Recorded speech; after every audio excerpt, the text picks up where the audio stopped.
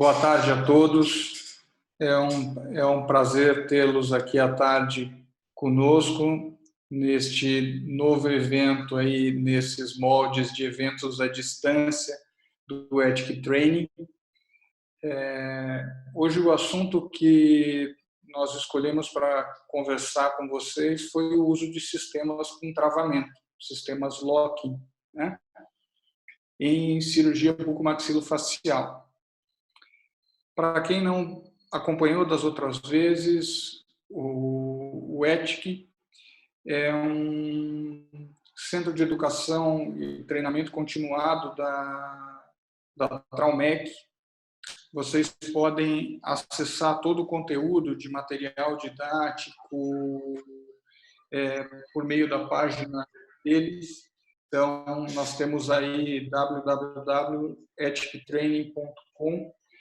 Então, vocês vão chegar nesse centro de educação e inovação tecnológica. Uma das áreas é a área de bucomaxilo, da qual nós fazemos...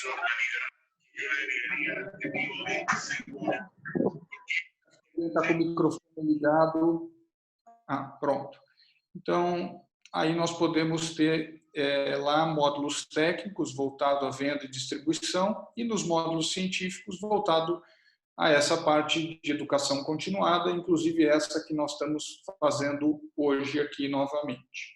Então, com relação aos sistemas de travamento, é muito importante a gente saber que os sistemas de travamento eles são sistemas que apresentam diversos perfis hoje em dia. Nós podemos encontrar no sistema 2.0, nos 2.4. Hoje em dia, que eu digo, já vem de talvez 10 a 15 anos já para cá, né? Mas na indústria nacional, mais recentemente. Nós temos placas de diferentes espessuras. Há sistemas em que os parafusos podem ser escamoteados, então eu posso utilizar uma placa de 2.4 com um parafuso de 2.0, por exemplo. O que nós precisamos entender nos sistemas de travamento é que os sistemas de travamento, apesar de cada empresa ter o seu, eles são diferentes.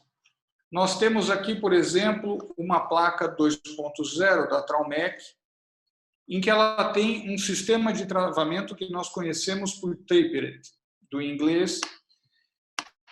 O que esse sistema de travamento apresenta? Uma única rosca na placa e diversas roscas na cabeça do parafuso.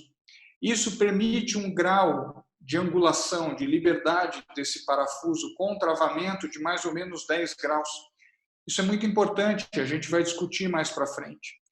E há sistemas, como nós temos aqui o de 2.4, que ele é um sistema unidirecional. Nesse sistema unidirecional, é importante eu conseguir centrar perfeitamente o furo na perfuração da placa, porque esse parafuso tem um único eixo de entrada e ele tem um sistema de travamento que é por roscas, ele é unidirecional. Que no caso da Traumec, as roscas do parafuso fazem um travamento num sistema dentro da placa. O que é importante nós sabermos dos sistemas de travamento também? É importante nós sabermos que, se nós deformarmos a perfuração da placa, esse parafuso não vai ter a mesma eficiência de travamento. Por vezes, ele não vai conseguir nem adaptar perfeitamente. Então, vocês estão vendo aqui acima um parafuso de proteção. Então, o parafuso de proteção é fundamental nas placas de 2.4, nesse sistema.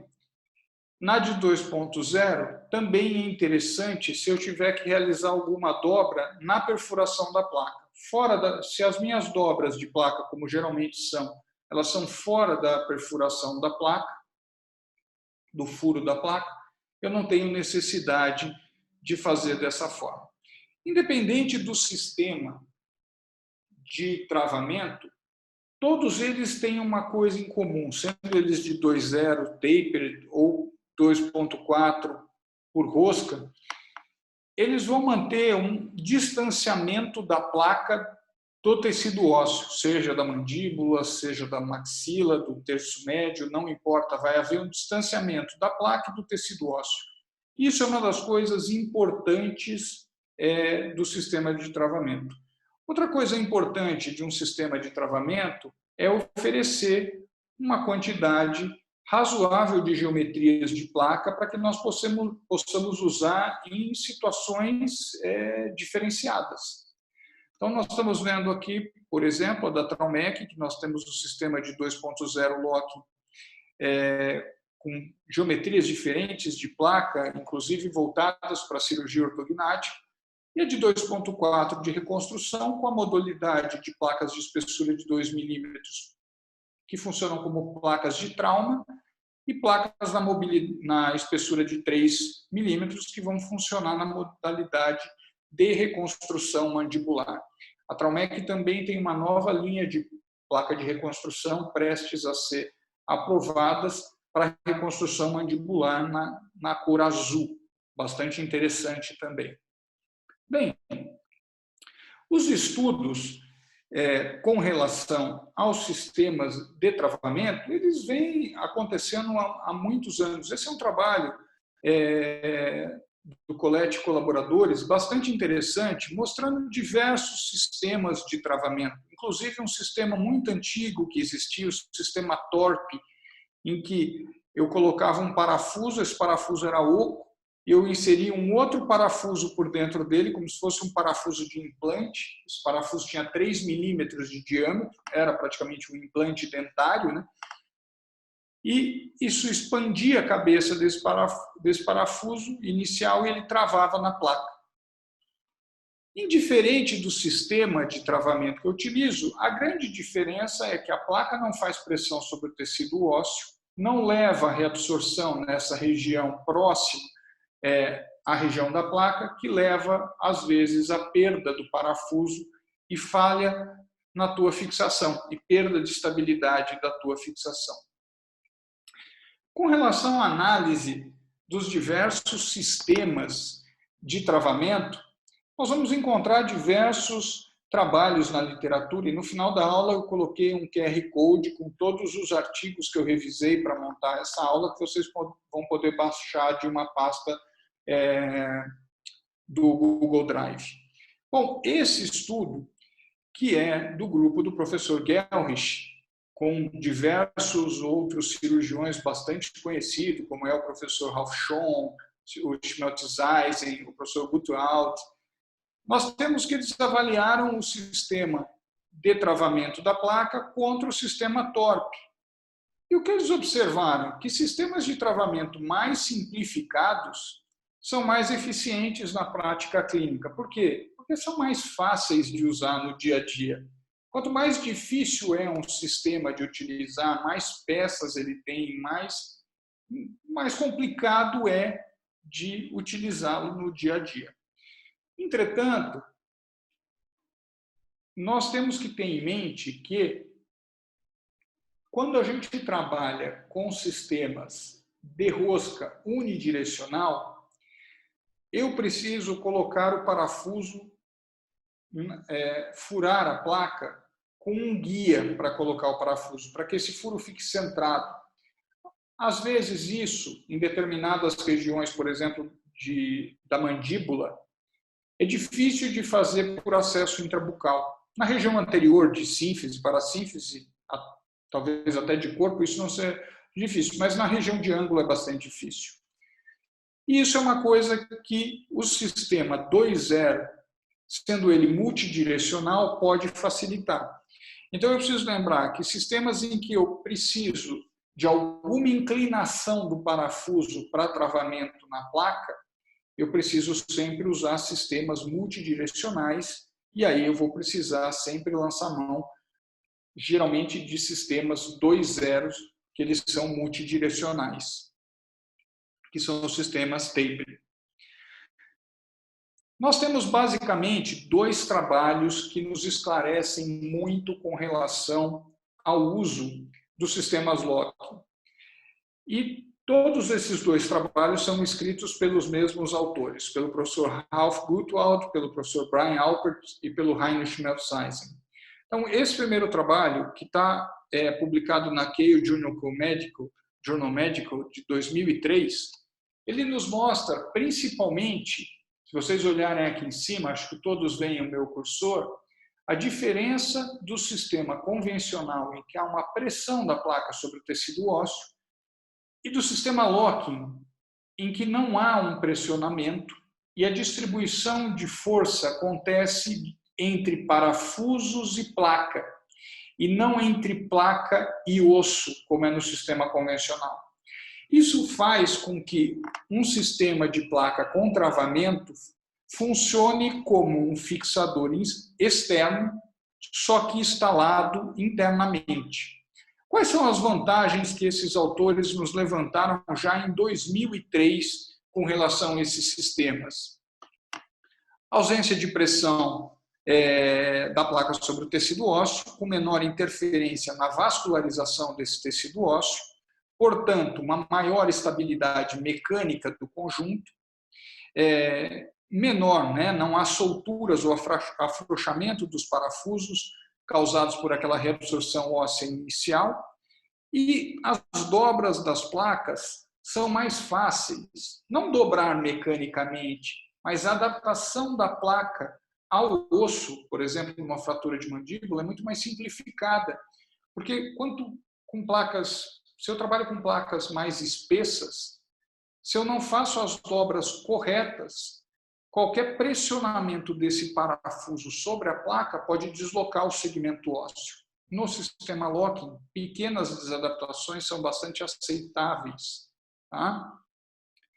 Ainda na continuidade, esses autores publicaram na mesma revista, só que alguns meses à frente, um foi em maio, outro, na verdade um mês à frente, outro foi em junho de 2003, mostrando também que o sistema locking ele permite uma melhor fixação no osso medular. Ou seja, se eu estou trabalhando com osso de baixa qualidade, deve ser meu sistema de escolha.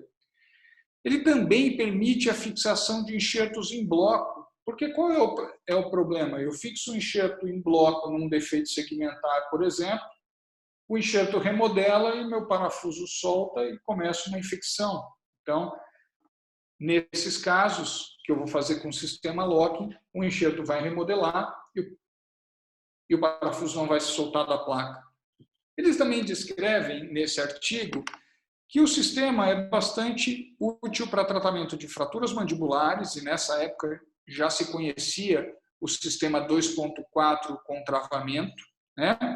Mas falando que o sistema 2.0 também é bastante importante para tratamento de fraturas mandibulares, mas que permite tratar outras regiões, como o terço médio, osteotomias para correção de deformidade dentofacial e outros tipos de reconstrução.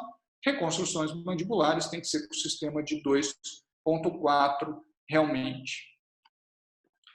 Frente a essas diferenças que eu tenho entre o uso do sistema convencional e do sistema locking, tem algo que nos mostre que altera o reparo ósseo. A gente sabe que, por não haver pressão, há menos comprometimento da vascularização.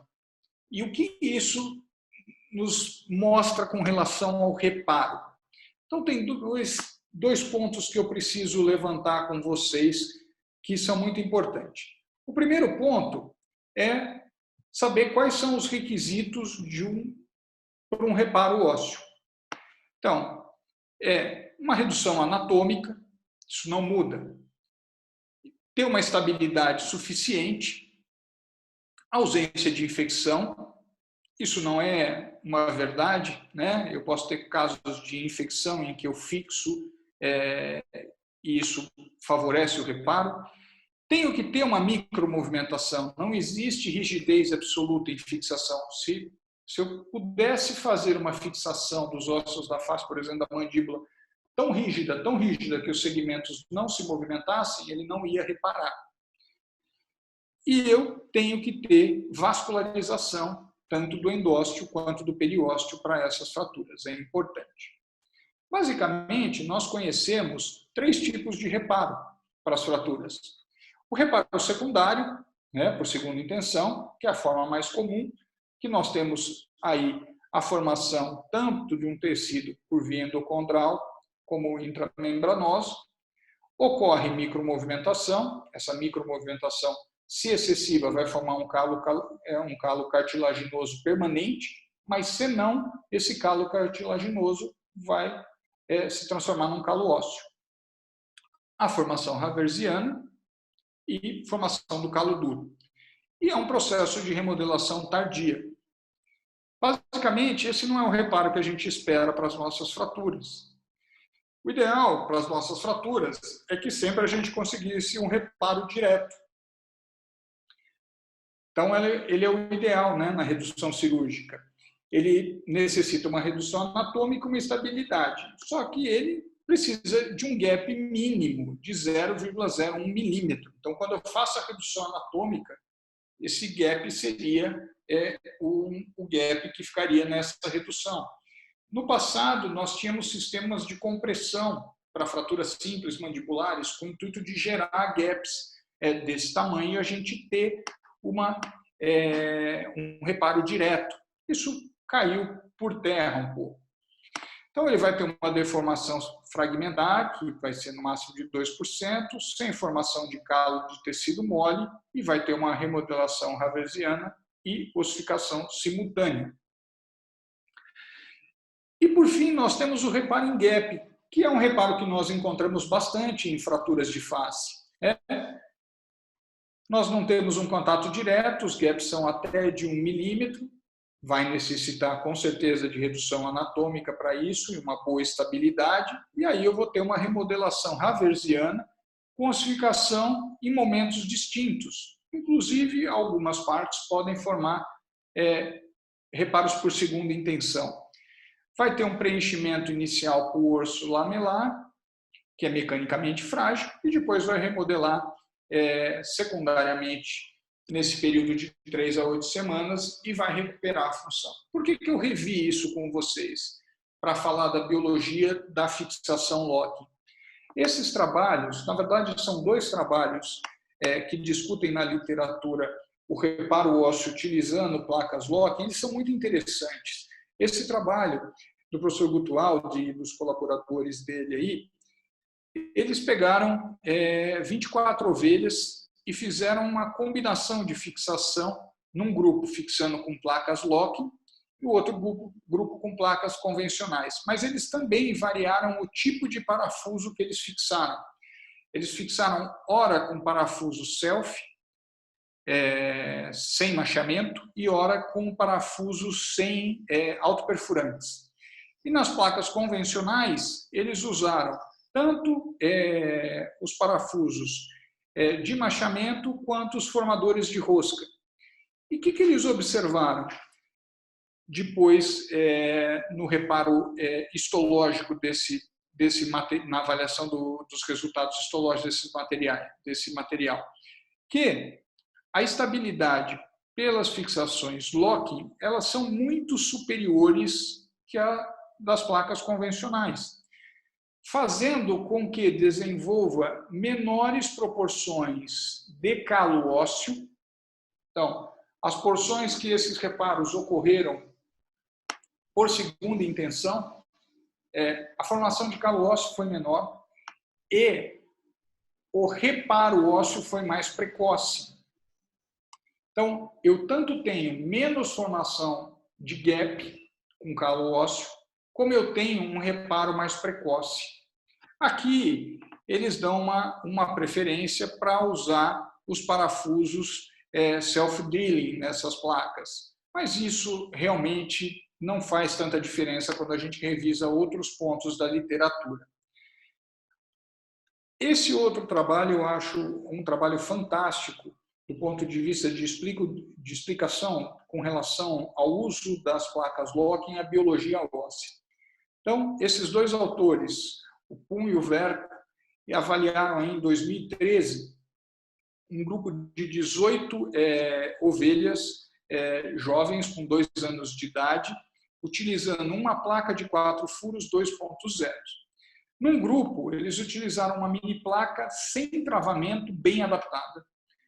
No outro grupo, eles utilizaram uma mini placa sem travamento mal adaptada. E vejam, eles só fizeram um grupo de uma mini placa com travamento mal adaptado. Eles não fizeram o grupo controle positivo, que é ter uma placa com travamento bem adaptada, para mostrar que realmente, até não se adaptando perfeitamente essas placas, biologicamente elas podem oferecer benefícios melhores que as demais placas. Então vamos ver alguns dados aqui histológicos e uns cortes. O artigo é bastante amplo para ser discutido na totalidade. Mas vejam, na placa sem travamento mal adaptada, já tem tecido cartilaginoso ao final do período de avaliação. Ou seja, aqui não tem uma consolidação óssea. Na placa com travamento mal adaptada, nós temos uma consolidação óssea tão boa quanto eu tenho na placa sem travamento bem adaptada.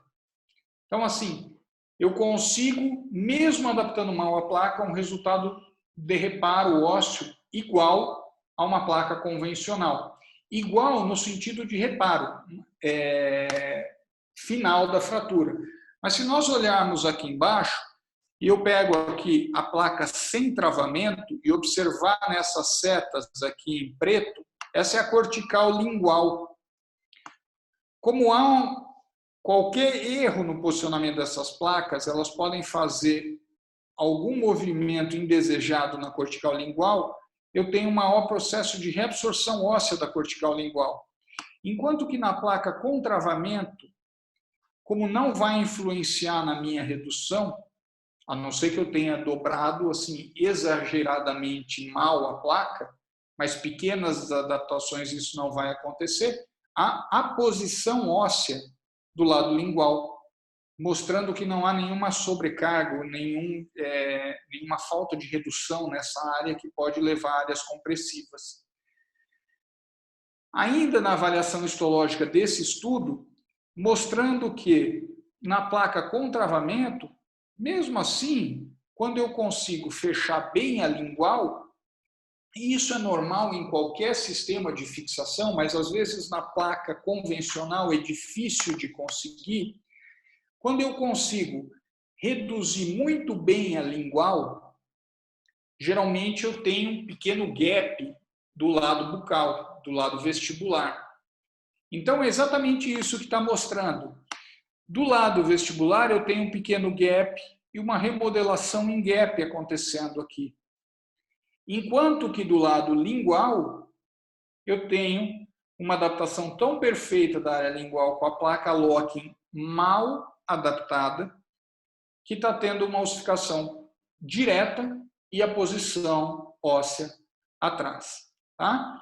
Então, biologicamente, isso mostra para a gente que as placas locking, até mesmo com pequenas desadaptações, permite um reparo ósseo adequado e muitas vezes superior ao que eu consigo adaptando muito bem uma placa convencional.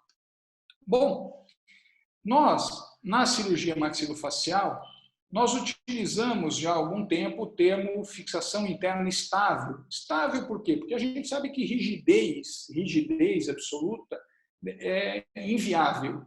E às vezes, rigidez em determinadas situações é até impossível de se conseguir. Mas, então, a gente diz fixação interna estável. Isso não é um termo nosso, né? Esse é o termo que nós usamos. Se nós procurarmos artigos, inclusive antigos de ortopedia, a gente vai encontrar o termo fixação biológica. Então, o que vem ser uma fixação biológica? É uma quantidade de fixação suficiente para que aquela paciente consiga, para aquele paciente, aquela paciente consiga restabelecer a tua vida, o movimento.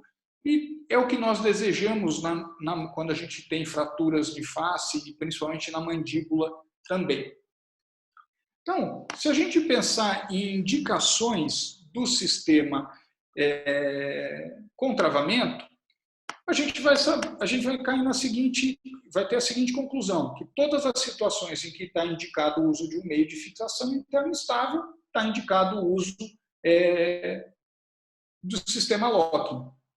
Entretanto, se nós pegarmos, por exemplo, essa revisão sistemática aqui com meta-análise do Chanovic, que é de 2014, ele mostra que não tem tanta diferença estatística entre o uso de placas locking e não locking. E realmente é isso que acontece. Há determinadas situações que tanto faz eu utilizar uma ou outra, eu vou ter o mesmo resultado, desde que eu saiba dobrar as placas da forma correta, que eu obtenha uma boa redução anatômica. Entretanto, há situações em que, hoje em dia, não só eu, mas pela revista da literatura que eu fiz, concluem que é melhor utilizar sistema locking. Quais são? Fraturas mandibulares que não apresentam suporte interfragmentários e casos onde eu tenho fraturas bilaterais, duplas ou múltiplas, o sistema locking pode beneficiar também a fixação dessas fraturas. Lógico, não é imprescindível, mas pode auxiliar. Próximas de articulação, intraarticulares não, mas próximas de articulação também podem favorecer, principalmente por remodelação e por movimentação. Fraturas com baixa quantidade ou qualidade óssea, sem sombra de dúvida. Algumas fraturas do terço médio da face, principalmente em trabalhando com tecido ósseo muito delgado, edêntulos, e fraturas que têm uma cominução muito grande também são importantes. Na correção de deformidade dentofacial, hoje ela tem o seu espaço e a gente vai discutir isso um pouquinho mais à frente. Então vamos lá, nas fraturas mandibulares, como é que a gente sabe e escolhe pelo sistema locking? Bem, quando eu tenho uma qualidade óssea adequada, eu vou compartilhar a carga. Eu posso fazer isso com sistemas 2.0 ou 2.4. E vou fazer isso com ou sem travamento e provavelmente não terei grandes problemas nisso, a não ser que eu não tenha estabilidade interfragmentária e daí seria interessante utilizar com travamento. Na qualidade óssea pobre, nas fraturas cominutas, nas fraturas atróficas, defeitos segmentares, fraturas infectadas, aí nós vamos ter que usar a carga centralizada. Placas de 2.4. E aí seria interessante, atualmente, sempre utilizar essas placas com sistemas de travamento, né? Será até mais fácil a adaptação da placa sobre a fratura ou defeito ósseo. Quando eu tenho uma placa sem travamento, que eu posso encontrar o que está mostrando nessa figura. Apesar de haver um reparo da fratura, né? Há uma tamanha compressão óssea que há soltura dos parafusos, apesar de haver reparo, né? Desalinhamento dos cotos por dobra incorreta, alteração da oclusão se eu faço alguma dobra incorreta. Então, é uma placa que eu tenho uma dependência de um perfeito ajuste, principalmente ao se trabalhar com placas mais espessas. Isso dificilmente vai acontecer com placas 2.0, mas vão acontecer com as placas 2.4. O professor Ellis nos mostra, nesse artigo que ele revisou aqui, que nós temos, cerca de que pode chegar até 50% de reabsorção da cortical óssea subjacente, utilizando placas sem travamento. E que as placas de reconstrução locking podem evitar isso.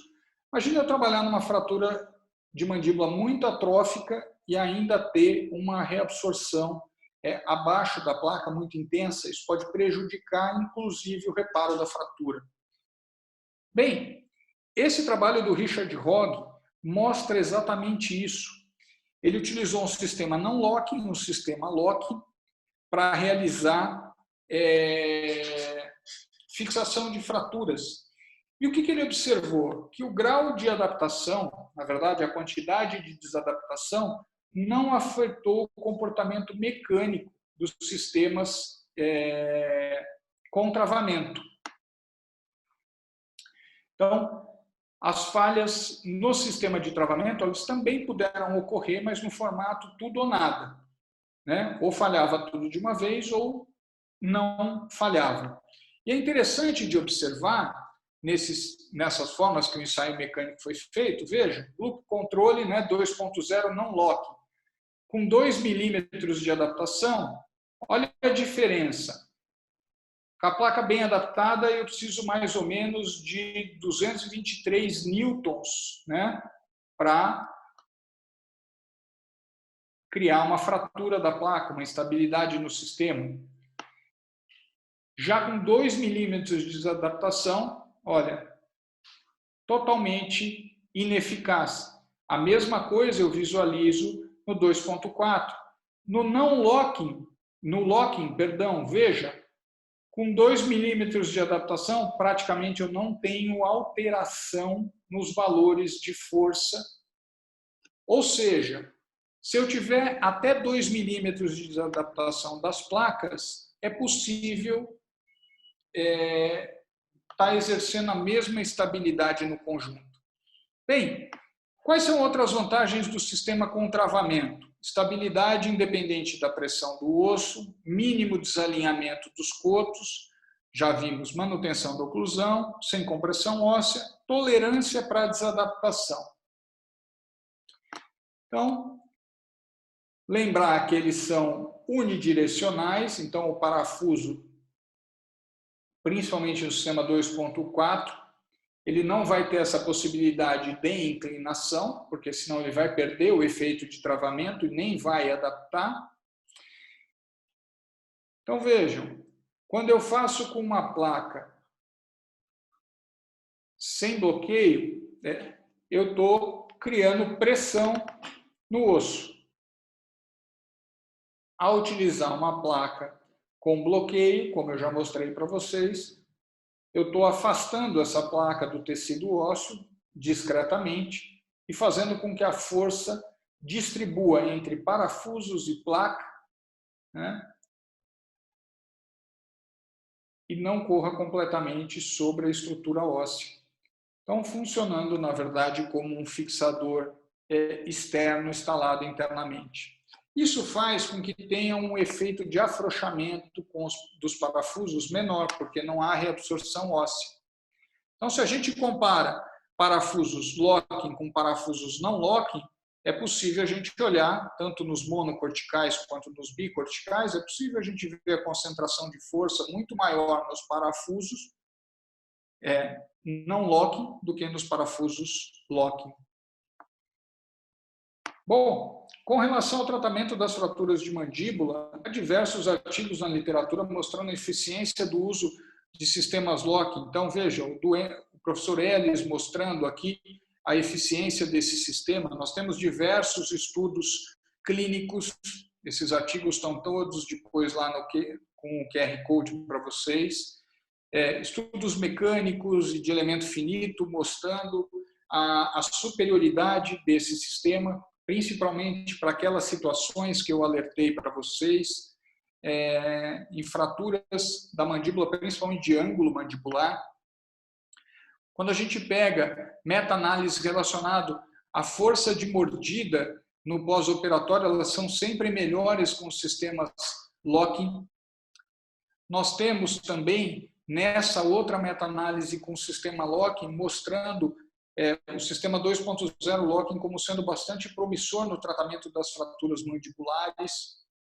Esse trabalho do professor João Galberto, que mostra que há situações, inclusive, em que eu optaria por 2.4, entretanto, se eu fizer com uma 2.0 locking, essa fixação pode ser estável o suficiente, né? Exemplo, uma fratura com triângulo basal. No passado eu poderia ficar com a opção de ter que fazer com uma placa 2.4, hoje com uma placa 2.0 locking eu posso conseguir uma estabilidade suficiente para esse caso. Bom, primeiro ponto são as fraturas sem suporte interfragmentário, duplas, bilaterais. Quem são as fraturas sem suporte interfragmentário? Fraturas cominutas, com triângulo da base, fraturas com pouco contato ósseo do ângulo também entram em questão. Vamos ver esses filmes aqui que eu gosto bastante deles. Então, olha o que é uma fratura com estabilidade interfragmentária. Os segmentos de concreto se juntam e não se mexem. Sem estabilidade interfragmentária. É aquela fratura que eu tento reduzir, mas ela não, eu tenho dificuldade em encaixar. Ou, às vezes, eu nem encontro o ponto que ela encaixa. Ela tanto encaixa mais superior quanto mais inferior. Todas essas duas situações de falta de estabilidade interfragmentária são beneficiadas com o uso de fratura de placas locking. Veja, esse é um paciente tratado de fratura bilateral de mandíbula utilizando um sistema de travamento 2.0. A gente sabe, pelo artigo do professor Ellis também, que nesses casos, uma das fraturas tem que ter um pouquinho mais de resistência, porque nas fraturas bilaterais múltiplas muda a exigência mecânica para essas fraturas. Então, o sistema locking atende muito bem nesses casos. Aqui o paciente com 6 anos de pós-operatório. Próximas de articulação, eu já falei de fraturas condilares aqui, mas gostaria de mostrar esse outro caso, que é um caso de uma fratura parasinfisária associada a uma fratura de côndilo mandibular, em que nós optamos pela utilização, perdão, uma fratura sinfisária, não parasinfisária, associado a uma fratura de côndilo, onde nós optamos por a utilização de placas com sistema locking.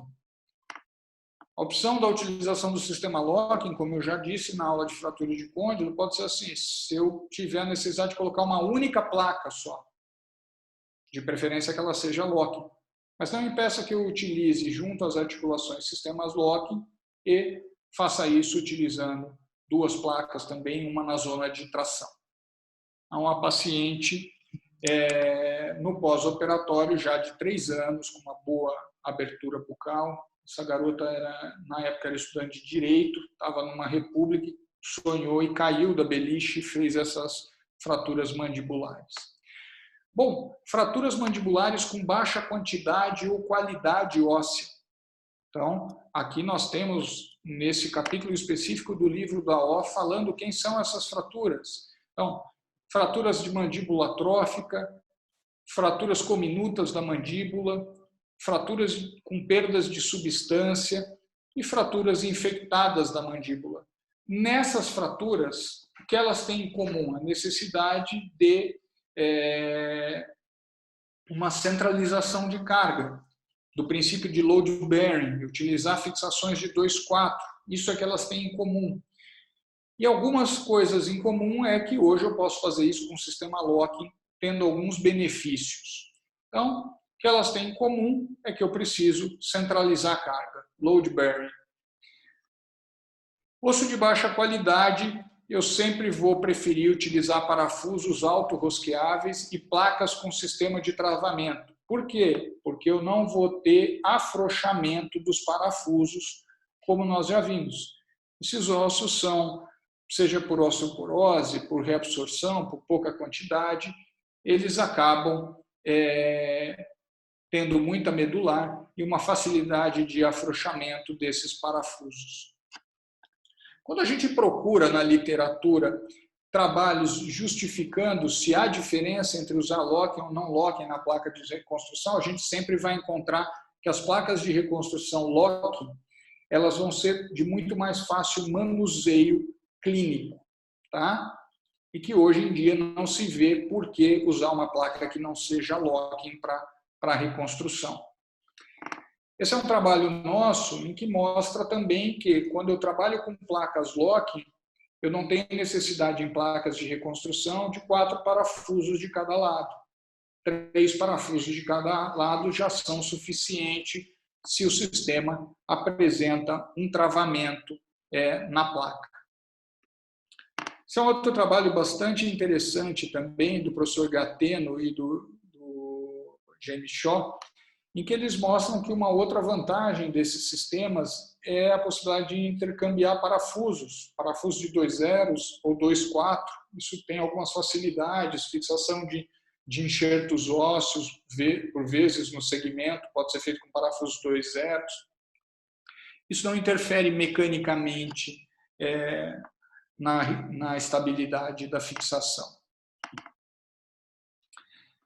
Do ponto de vista de infecção associado a placas locking, se você pegar com relação a parafusos soltar, isso, lógico, é muito menor, mas se você pegar um grande número de pacientes para avaliar, muitas vezes isso não tem diferença.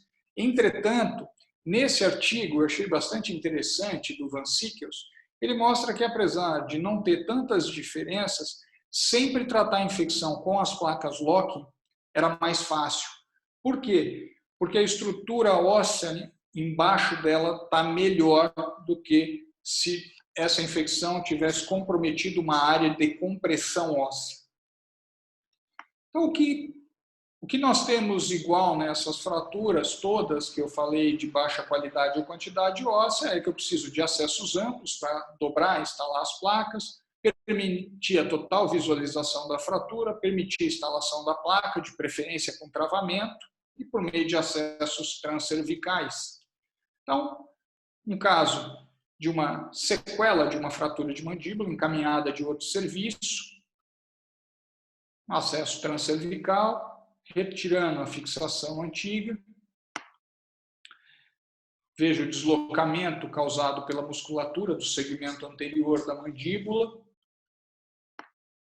Aqui uma minimização com placas de 2 zero e uma placa de bloqueio sendo instalada, utilizando as áreas de fixação do ramo, da sínfise, porque nessa região de corpo não tem como se instalar parafusos. Mesmo que eles sejam locking, né, eles não vão soltar, mas não tem tanta necessidade de fazer isso. A gente deve utilizar o princípio de ponte para fixar essas placas. É um paciente no pós-operatório, uma boa função do nervo facial, uma boa abertura bucal, uma cicatriz bem discreta. Depois nós passamos pelo processo de reconstrução com uma técnica do Tate Pole, do professor Robert Marks, onde a gente abre um acesso mandibular, coloca alguns implantes, faz um enxerto de crista ilíaca particulada, aí depois fazemos a reabertura dos implantes e confecção da prótese e deixamos o paciente reabilitado, já que seria impossível esse paciente utilizar uma prótese total inferior, porque ela ia acabar comprimindo a placa e causando dor para ele. Inclusive, ele tentou usar, mas não foi possível. As fraturas cominutas, né? Nós temos que simplificar as fraturas com placas 2.0 e as placas de reconstrução, principalmente com travamento. Eu diria para vocês que até as de 2.0 o ideal é ser com travamento, e eu vou mostrar por quê. Então, são casos como este, em que há uma séria cominução, há uma minimização, bloqueio, se minimiza a fratura, e depois uma placa de reconstrução com sistema de bloqueio, né, de travamento sendo passado. Mesma coisa aqui, veja, uma extensa cominução, veja, sendo minimizada com placas 2 zeros de bloqueio e depois uma placa de 2.4 também de sistema de bloqueio. Por que é interessante utilizar as placas de 2 zeros de bloqueio também? Porque nós fixamos pequenos fragmentos e esses fragmentos podem acabar se soltando, se soltam a placa e começam processos infecciosos. Se isso tiver com sistema de bloqueio, a chance de acontecer é menor. Mas uma outra paciente com uma doença sistêmica, ela tinha um lúpus, teve uma fratura mandibular, nós submetemos ela a um tratamento, uma fratura bilateral, de um lado com um triângulo na base, do outro lado uma fratura simples. Então, na vista da tomografia, o triângulo da base, e nós optamos por tratá-la com placas de 2.4 com bloqueio. Então, Está aí a fratura antes da redução, bloqueio maxilomandibular, minimização, né, da fratura, uma placa de 2,4 com sistema de travamento na porção inferior. Do outro lado, uma placa de trauma de 2,4 também sendo utilizada. Então, está aí o contorno mandibular, depois da redução e fixação, mostrando a boa adaptação da placa. Pequenas adaptações como essa aqui na região anterior não geraram nenhum comprometimento da redução lingual, porque isso é uma placa Locke. Mostrando aí numa vista de perfil, novamente mostrando que essa pequena desadaptação não gerou nenhum problema na lingual, o que não aconteceria se fosse uma placa não Locke. Depois ela evoluiu com uma deiscência nessa área, ela fazia uso de corticoide diário, e nós fizemos um debridamento, uma nova sutura, está aí a paciente num pós-operatório já um pouco mais distante. Bom, para defeitos segmentares, nós temos aqui trauma, lesão benigna, lesão maligna, ressecção por rádio, hoje em dia por uso de bifosfonatos ou outras medicações, mostrando novamente aquele trabalho do Bujar, em que ele fez essas reconstruções segmentares em diversas regiões, utilizando parafusos com bloqueio e sem bloqueio, e mostrou que os parafusos com bloqueio eles são muito superiores, porque as forças distribuem em menor intensidade sobre eles, tanto no mono quanto no bicortical. Isso faz com que os sistemas Locke eles se comportem melhor nesses defeitos segmentares, principalmente se eu não for fazer um enxerto ósseo imediatamente. Tá? Esse é um outro trabalho do professor Guto Aldo também, com esses outros autores, que mostrou que o sistema de travamento das placas de reconstrução foram bastante eficientes, entendeu? Mas acontece que nós podemos ter fraturas se esses defeitos não forem enxertados, vai haver sobrecarga, isso pode acontecer. E eu quero mostrar isso para vocês, mostrando esse caso de uma lesão benigna. Esse paciente com uma lesão nessa região de ângulo do lado direito, feita a biópsia foi positiva para ameloblastoma, então nós optamos por uma ressecção dessa região do amelo, então foi planejada a dobra da placa em cima de um biomodelo, então temos a placa já dobrada aqui, bloqueio maxilomandibular, ressecção da lesão, instalação da placa Locke, conforme nós já havíamos dobrado ela no modelo. Então, está aí o paciente na tomografia pós-operatória, com o contorno correto da mandíbula, já que nós havíamos feito isso baseado em cima de um biomodelo. E o paciente, num pós-operatório menor, acho que talvez de 3 meses, não me lembro ao certo, já com uma fratura da placa. Tá? Isso é possível quando não há enxertos ósseos, mesmo tendo sido essa placa Locke. Então, novamente, o paciente vai para a cirurgia, um enxerto de crista ilíaca, e agora uma nova placa Locke com um enxerto sendo instalado aí. Nós tínhamos a tomografia inicial, não foi difícil planejar o posicionamento correto da nova placa para não haver uma alteração do contorno mandibular. Então, o paciente no pós-operatório, evoluindo bastante bem, com uma cicatriz bastante discreta. E aqui ainda no pós-operatório inicial desse enxerto do paciente. que a mesma coisa na tomografia. Osteoradionecrose, então, são casos em que também, às vezes, nós temos que intervir. Esse paciente teve um tumor de laringe, radioterapia, fez uma fratura patológica da mandíbula. Vamos para cirurgia, bloqueio. Aqui a situação. Instalada a placa primeiro. A placa já foi dobrada, instalada. Agora eu retiro a placa, faço a ressecção da mandíbula e volto a placa aonde eu havia planejado. E aí, o acompanhamento desse paciente com radioterapia, essa placa veio expor, né? E esse paciente agora está aguardando um enxerto microvascularizado.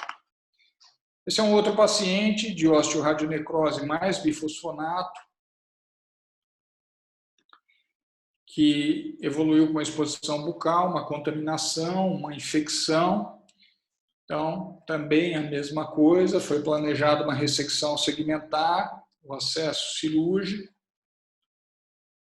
a dobra da placa, aí retira a placa, resseca e volta a placa no lugar, da mesma forma, placas com sistema de travamento.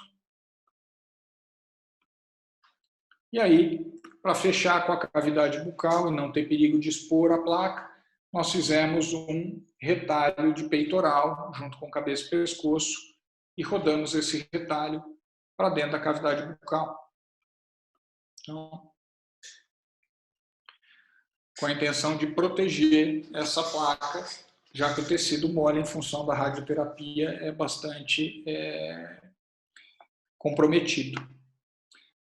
Fraturas infectadas, a gente deve utilizar placas de reconstrução, preferencialmente com sistema de travamento.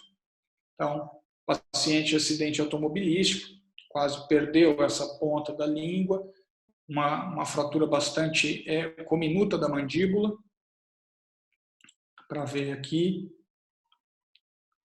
Então, bloqueio, minimização dos fragmentos, com placas de 2.0 e uma placa de reconstrução do sistema locking. Entretanto, esse paciente teve uma infecção pós-operatória por mobilidade de alguns fragmentos, tinha alguns fragmentos bastante grandes que minimizou, ele teve uma infecção pós-operatória, começou a evoluir com fístula, e aí a opção de uma troca de material. Então, novamente, se minimizando os fragmentos que restaram, fez um debridamento. Esses fragmentos novamente estão fixados, minimizados com uma placa 2.0, e aí uma placa de 2.4 locking colocado aqui. Esse foi o material removido. E o paciente no pós-operatório da segunda cirurgia. Esse é um outro paciente que foi tratado no SUS aqui em Araraquara há muito tempo atrás, em que nós não tínhamos no serviço de saúde placas, a única placa de reconstrução que nós tínhamos, ela não tinha uma resistência suficiente. Então, vejam, uma placa de 2.4, né, entre aspas, com mais duas placas 2.0, e isso não criou uma resistência suficiente, uma estabilidade suficiente para essa fratura. Esse paciente evoluiu com uma infecção. Nós tratamos num segundo momento cirúrgico, uma reabordagem, né, com uma nova placa de reconstrução 2.4, locking e enxerto de crista ilíaca. E o paciente evoluiu bastante bem depois dessa segunda intervenção.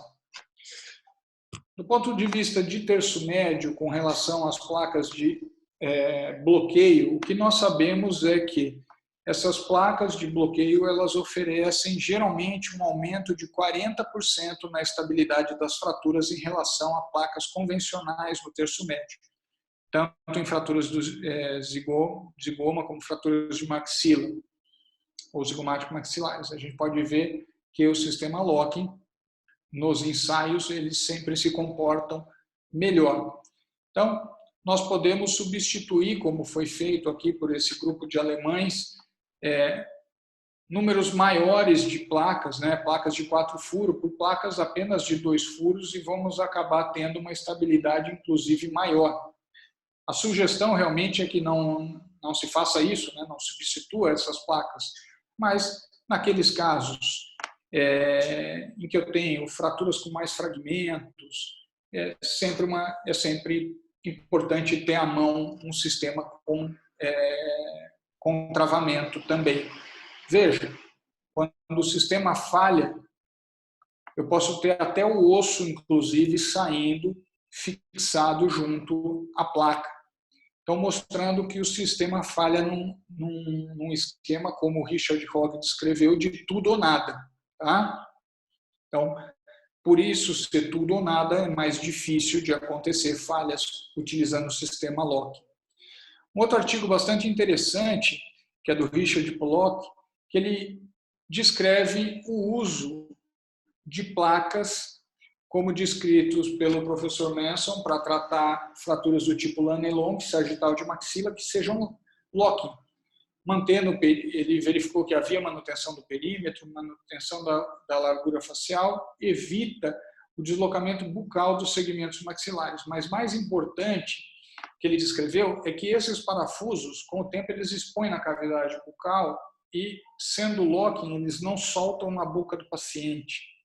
E eu quero rapidamente passar esse caso para vocês, para não me alongar muito mais, de um paciente que teve uma série de fraturas. Esse paciente eu tive a oportunidade de tratar anos atrás com o professor Mário. Fratura frontal, fratura de Noy e uma fratura Lannelongue da maxila, uma fratura sagital da maxila.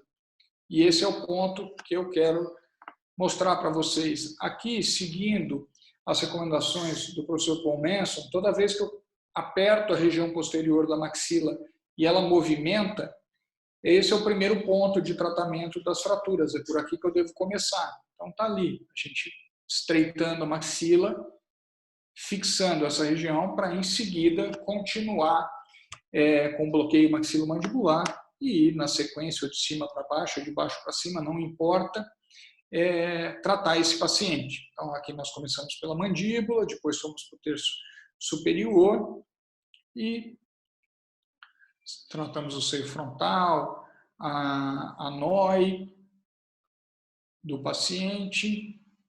Bem, e terminamos ao nível de Lefort 1, como sempre acaba, as fraturas panfaciais. As radiografias pós-operatórias desse paciente. E aí nós podemos ver as placas expostas dentro da boca e esses parafusos se soltam e acabam caindo. No caso desse paciente, ele trouxe o parafuso na mão para a gente. Mas tem um risco de aspiração. Então, assim, o que o Pollock discute é que talvez fazer isso com um sistema locking possa evitar essa intercorrência. O paciente no pós-operatório inicial, uma boa simetria facial, e aqui depois de 13 anos de PO, e ele precisou de uma reintervenção relacionada ao seio frontal, e aqui nesse PO com 1 ano e meio dessa intervenção. Do ponto de vista das deformidades dentofaciais, para a gente terminar aqui a aula, aonde o sistema Lock é interessante? Em grandes avanços de maxila em pacientes edêntulos e enxertados, osteotomia sagital curta, em que às vezes eu tenho uma dificuldade em fazer um sistema de fixação híbrido, e nas rotações anti-horárias. Então, aqui é um primeiro trabalho do nosso grupo. O Dr. Yener Augusto foi um turco de Ankara que esteve aqui conosco como pesquisador visitante. Ele tinha já trabalhado com fixação e osteotomia sagital, ensaios mecânicos e elementos finitos, e veio trabalhar uma determinada época, que provavelmente foi 2014 ou 2015, aqui, desse artigo aqui conosco. E aqui mostrando que nós fizemos diversas fixações, diversos meios de fixação da osteotomia sagital. Para avanços de 5 milímetros, nós encontramos que as placas locking têm um desempenho similar aos sistemas convencionais. Portanto, num avanço de 5 milímetros, nós podemos escolher se queremos ou não usar uma placa locking. A mesma coisa o professor Oswaldo Magro Filho, meu xará Aldinho aí, né? Xará de apelido, também encontrou nas avaliações dele que as placas locking com os parafusos monocorticais, inclusive nesse trabalho dele, de certa forma foi mais eficiente que as demais fixações, mas em avanços simples. Entretanto, esse é um trabalho que eu desenvolvi com o Leandro Benetti quando ele fez doutorado aqui conosco e também com o Dr. Iener, em que nós fizemos uma rotação anti-horária da mandíbula. E aí nós verificamos exatamente que, para rotações anti-horárias, as placas locking 2.0 apresentavam maior resistência ao deslocamento em relação, inclusive, à fixação híbrida. Então, para essas rotações anti-horárias, o sistema locking parece ser interessante. Ele também parece ser interessante nesse trabalho que o Iener desenvolveu lá em Ankara, mostrando que a opção locking promove um menor estresse no segmento proximal. Ele localiza o estresse na placa. E isso tem como vantagem porque ele promove o menor torque no segmento proximal. Então, do ponto de vista de posicionamento condilar, isso também é interessante no giro anti-horário da mandíbula. Então, esse é um caso com uma rotação anti-horária importante, é um paciente sindrômico, de uma síndrome neuromuscular, inclusive com risco aumentado para hipertermia maligna, que nós fizemos do centro de deformidade que nós temos aqui em Araraquara, uma impacção de maxila e uma rotação anti-horária da mandíbula. Então, o planejamento virtual, mostrando da onde nós saímos, onde nós desejamos chegar com o procedimento cirúrgico. Aqui sendo feita a correção do IO. Então, nós temos aí, mostrando o tamanho da impacção, dá para ver o gap formado pela impacção, e nós utilizamos o sistema 2.0 locking para esse caso. Da mesma forma, utilizamos para a mandíbula, desse lado com uma fixação híbrida, desse lado não foi possível uma fixação híbrida, né? O contato ficou muito pequeno, então nós fizemos com 2 placas locking e o mento fixado também com o sistema locking, bastante eficiente. Esse é o resultado pós-operatório de 5 meses desse paciente. Esse paciente ainda está finalizando a ortodontia. Nós temos um problema muito sério nesse nosso centro de tratamento de deformidade aqui.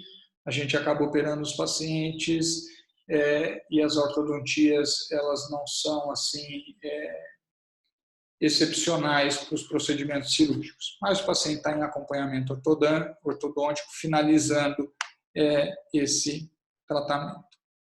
Então, está aqui a tomografia pós-operatória. Para finalizar, eu quero mostrar para vocês esse caso, o caso de uma paciente, classe 3, ela já deveria ter previamente uma classe 3, mas depois, por extrema reabsorção, ela acabou evoluindo para uma classe 3 bastante grande. Ela nos procurou para tratamento com implantes dentários. Então, nós realizamos enxertos de calota craniana. Eu ainda gosto muito de fazer esse tipo de enxerto. A morbidade para o paciente é bastante baixa e o resultado é bastante satisfatório. Então, está aqui os enxertos sendo realizados, aqui membranas de colágeno sendo instaladas. Na mesma sessão, nós instalamos 6 implantes inferiores com protocolo inferior. Levantamento de seio também foi feito aí, dá para ver o biomaterial nessa região.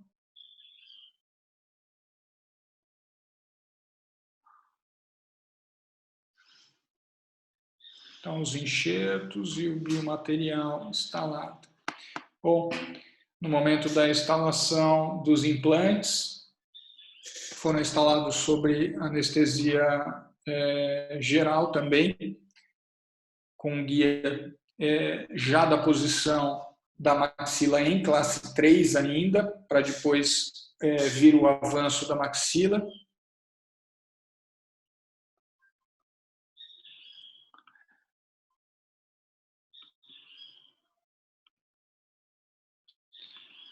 Bom, essa é a paciente no pré-operatório do avanço da maxila. Essas marcações na prótese é simplesmente para que a prótese possa ser escaneada e depois a gente possa fazer o planejamento virtual. A nossa ideia para essa paciente era fazer um avanço de maxila e um recuo de mandíbula por meio de uma vertical, osteotomia vertical, mas a paciente não aceitou o procedimento da osteotomia mandibular.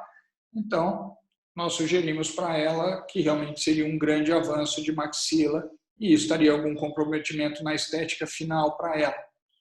Bom, esse foi o nosso planejamento para um avanço de maxila. Então, a prótese protocolo foi instalada em classe 3. Mesmo assim, nós fizemos um guia. Então, vejam, esse é um sistema de placas sem travamento, mas simplesmente para mostrar para vocês que esses casos podem ser beneficiados com o uso de placas com travamento, porque eu sofri bastante nessas fixações na maxila, porque os parafusos eles têm uma dificuldade em imbricar nesse osso por falta de qualidade óssea.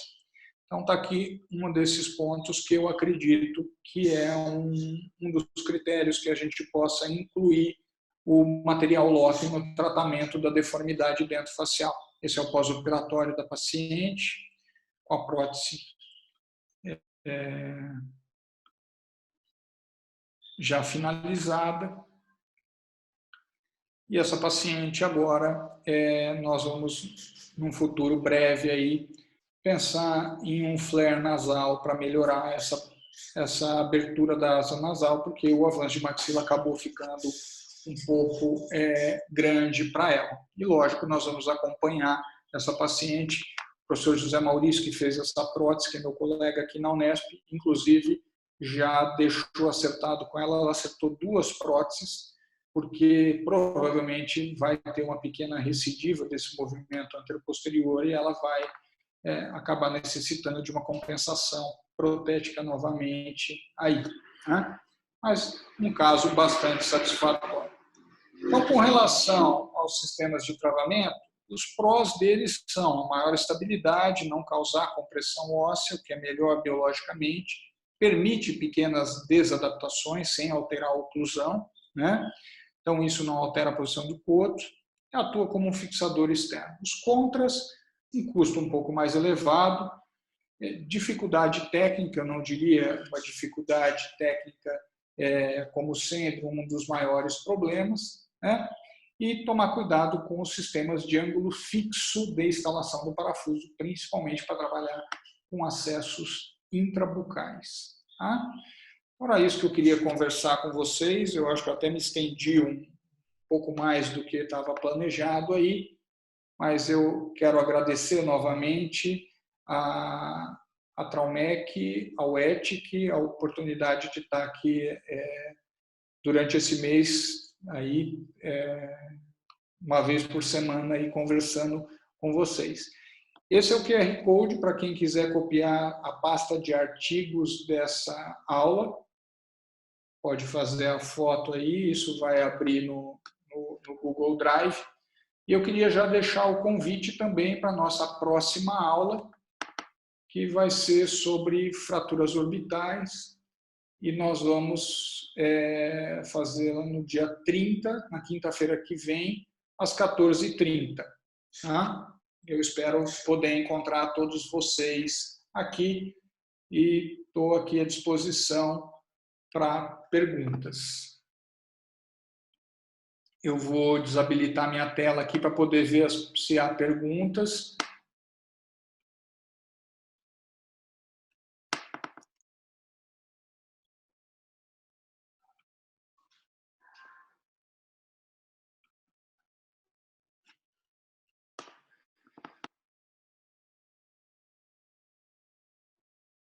Bom, o Rodrigo pergunta aqui, obrigado, Rodrigo. Gostaria de saber se é sempre obrigatório o uso de guia de perfuração para as placas locking, independente do sistema 2.4 ou 2.0.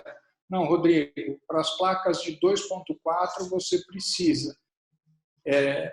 No sistema 2.0, nesse da Traumec, você não precisa. Vai existir sistemas que também vai precisar. Depende do sistema que você está trabalhando. Esse sistema, toda vez que o sistema de 2.0 for taper, você vai olhar dentro da placa e ela vai ter geralmente uma única rosca. E ela vai permitir uma angulação que vai variar de 10 a 15 graus do parafuso.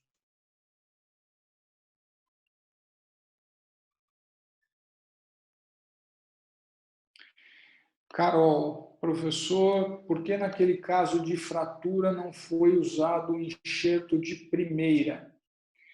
No caso de fratura, Carol, ou no caso do ameloblastoma, você está perguntando? Naquele caso do ameloblastoma, não foi utilizado o enxerto de primeira, porque geralmente a gente não enxerta logo da primeira vez, né?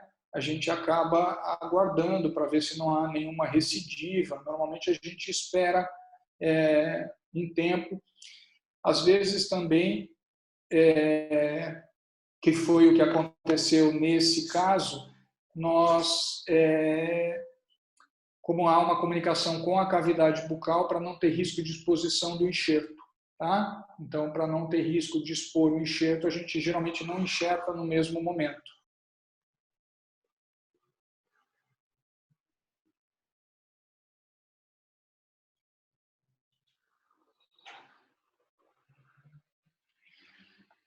Oi, Edu, esse problema de você ter certeza que os parafusos engajaram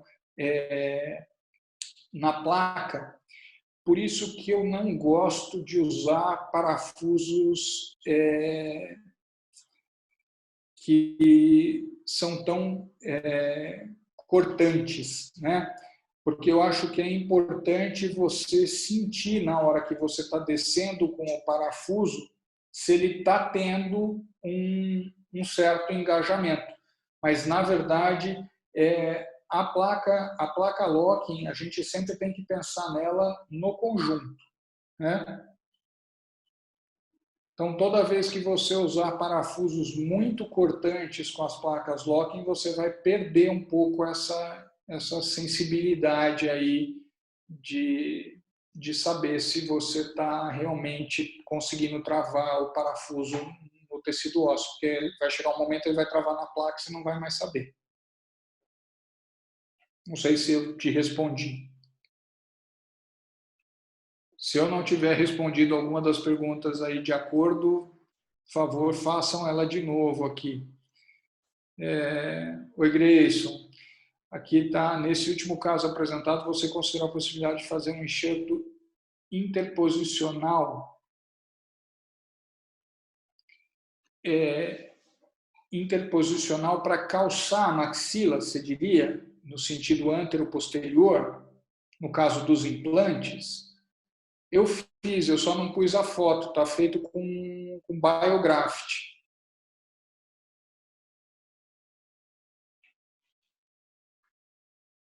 Você diz no caso dos implantes, né?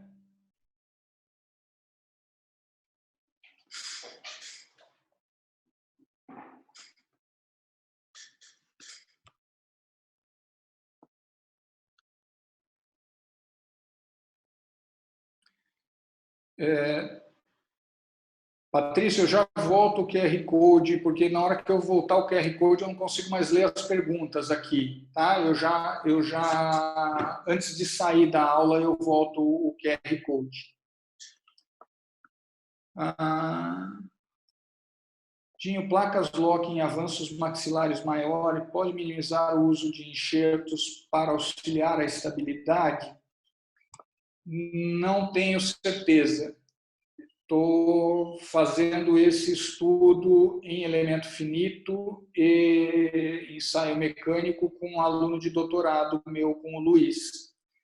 No próximo ano espero ter uma resposta para isso, mas não encontrei nada na literatura com relação a isso. Eu espero que a gente possa trabalhar menos com enxertos ao trabalhar com sistemas log.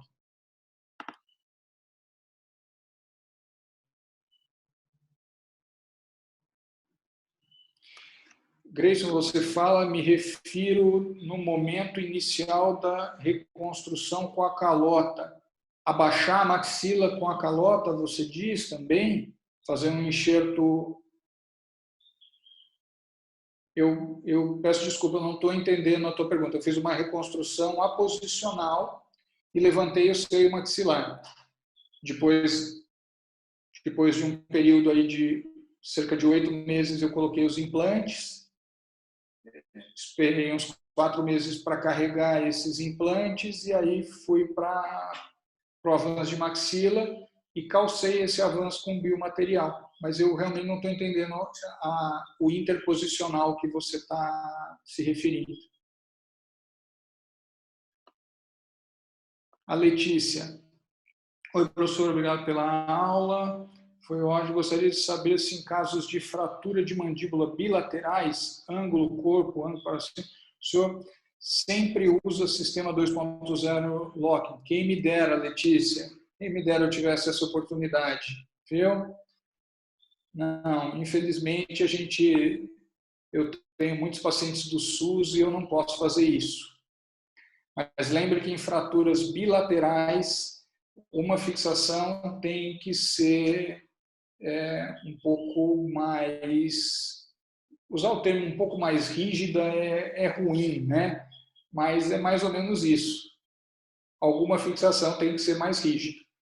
E geralmente a gente deixa para fazer isso na que o acesso é mais fácil. Então, por exemplo, ângulo e sínfise. Faço a mais rígida na sínfise e deixo para fazer o ângulo com champy, quando é possível. Lógico, se estiver dentro da indicação da fratura, né? Fraturas lineares, com um pouco de deslocamento, aí a gente tem que avaliar. Agora, por exemplo, você tem uma fratura cominuta do ângulo linear na sínfise, lógico, a cominuta do ângulo é a fratura que exige maior fixação. Mas, se possível, eu gosto muito do sistema locking. Eu acho o sistema locking um sistema muito versátil. Se eu pudesse, o convênio me permitisse, sempre que desse, eu utilizaria.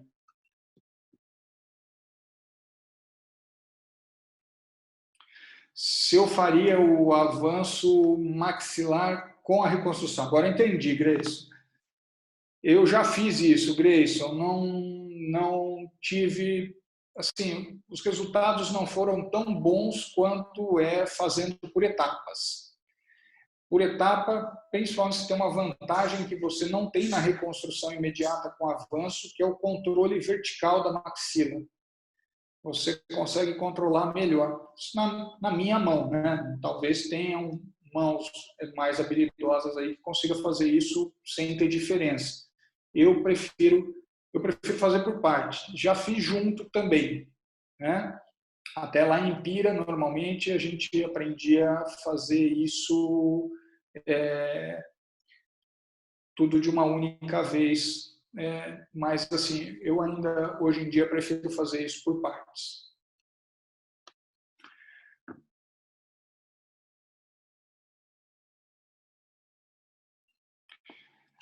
Nabila, professor, tentou usar enxertos de cavacos ósseos, que é verdade no caso de grandes lacunas. Nabila, o que é um cavaco ósseo?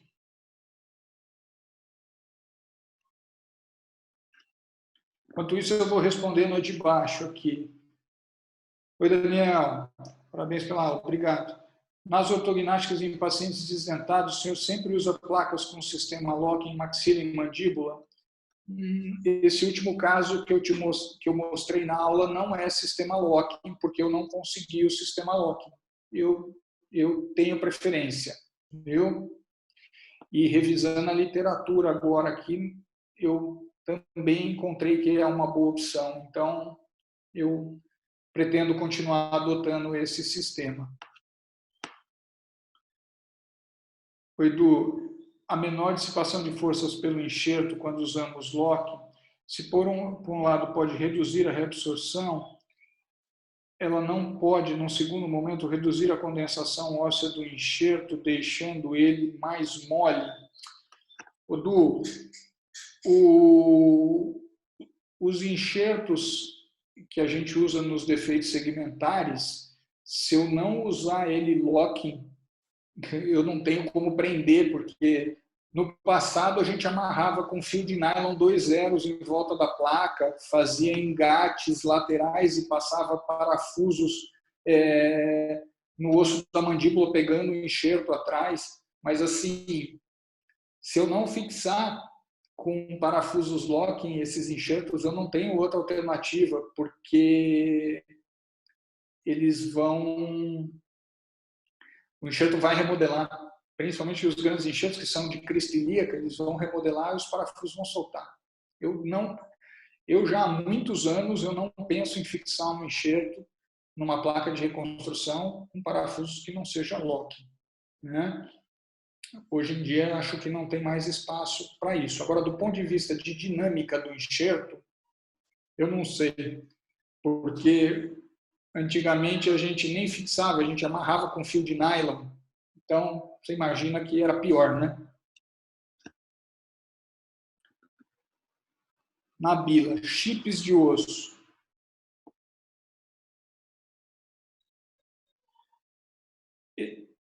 Usar em que lacunas, Nabila? Quer abrir seu microfone? Me pergunta com o teu microfone aberto aqui, para ver se eu consigo te responder. Ô Lu, abre o microfone dela, fazendo um favor.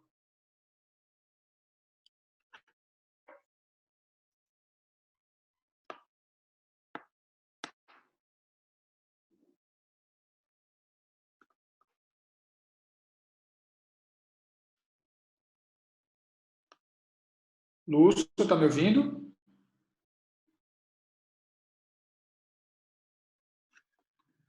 Nabila, você consegue abrir seu microfone e perguntar?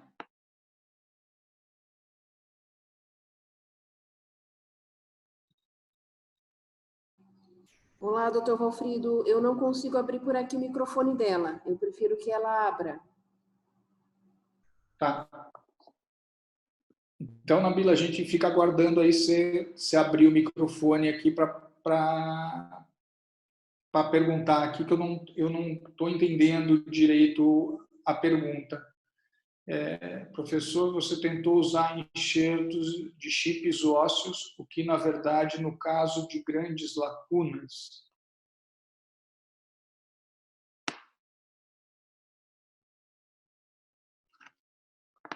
realmente, Nabila, se você quiser abrir o seu microfone e perguntar, ele fica no teu canto esquerdo da tela, aqui, inferior esquerdo.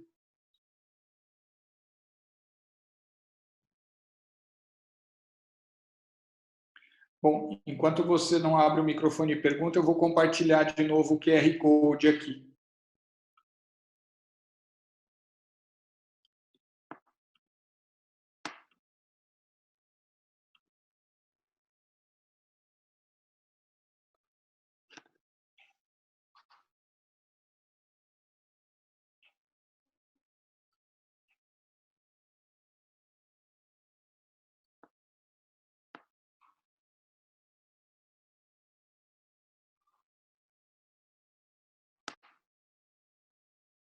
Deu certo, Patrício? Conseguiu? Deu certo, valeu. Obrigado, Alfredo. Um abraço.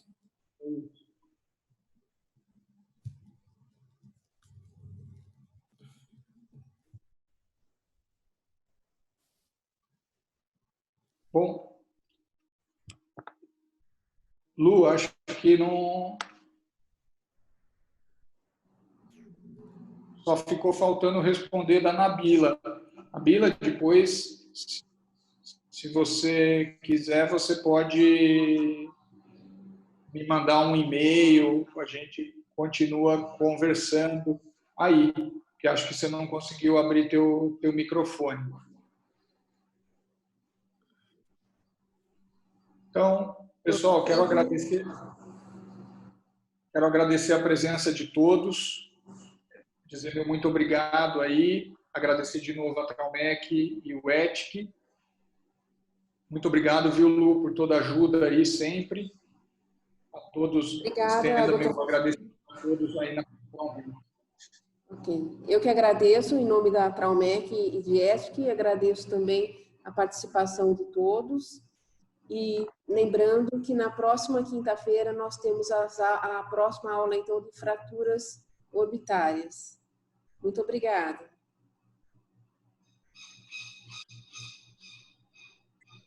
Obrigado, Adriana. Obrigado a todos aí. Um grande abraço.